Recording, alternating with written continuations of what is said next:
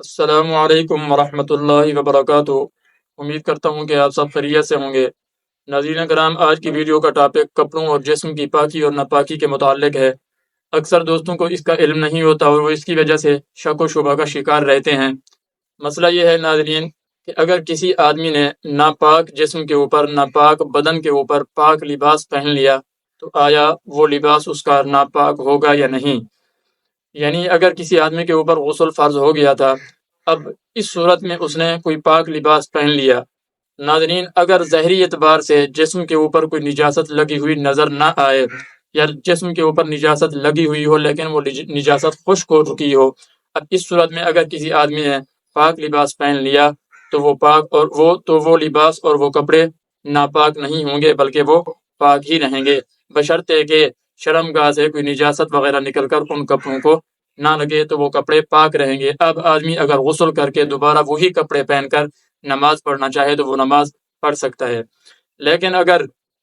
شرمگاہ وغیرہ سے کوئی نجاست وغیرہ نکل کر ان کپڑوں کو لگ جائے یا اسی طرح جسم کے اوپر کوئی نجاست لگی ہوئی تھی اور وہ تر تھی یعنی گیلی تھی، وہ نجاست کپڑوں کو لگ گئی تو پھر اس صورت میں وہ کپڑے ناپاک ہو جائیں گے۔ اب ان کپڑوں کا وہ حصہ جس کے اوپر نجاست لگی ہوئی ہو اس کو دھوئے بغیر آدمی نماز نہیں پڑھ سکتا۔ اس حصے کو دھو کر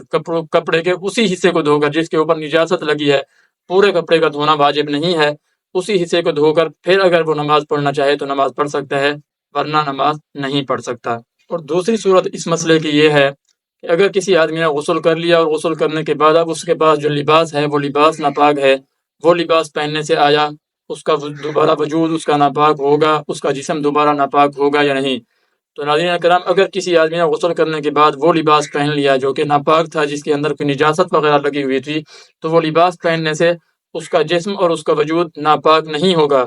ہاں، اگر اس کپڑے کے اندر کوئی نجاست لگی ہوئی ہو، جو لگی ہوئی نجاست ہے وہ اگر جسم کے کسی حصے کے اوپر لگ جاتی ہے تو پھر جسم کا وہ حصہ ناپاک ہوگا، اسی جسم کے ایک ہونا لازم ہوگا، دوبارہ غسل کرنا لازم نہیں ہوگا۔